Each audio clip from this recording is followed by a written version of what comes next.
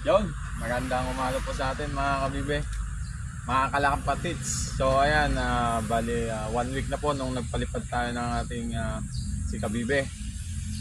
Kabibe, si Kalapate. So ngayon po magpapalipad po tayo pero hindi lang po siya mag-isa. Ngayon kasama niya na po si Kalaputi.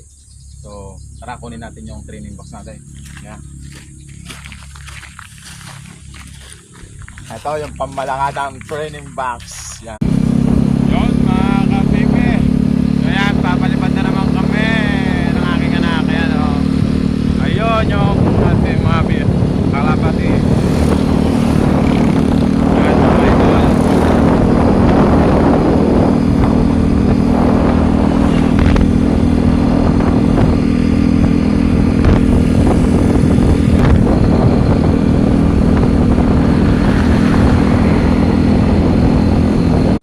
Yun.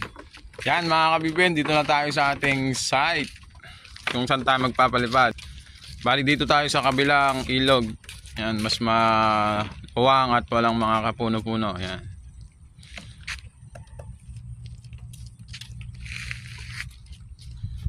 Yan, yan. Inaanda na po ng aking anak yung si Kalaputi at Kalabibe. Yan, handa na ba? Ayan na guys. Yan, bubuksan na. Sige, buksan mo na. Pumaga pa. At kabug-kabugin mo na. Yan. Yan, pakikabog. Yun. Na.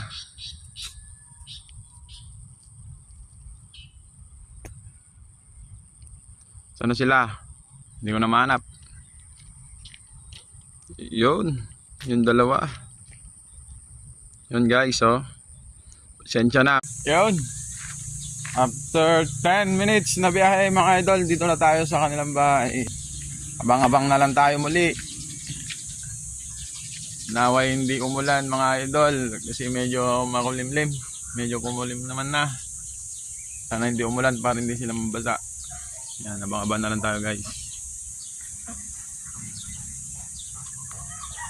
Yan. Pag hindi po yun nakabalik mga kabibe. Yan mga kalabibe. So bali nakalipas na ang 15 minutes.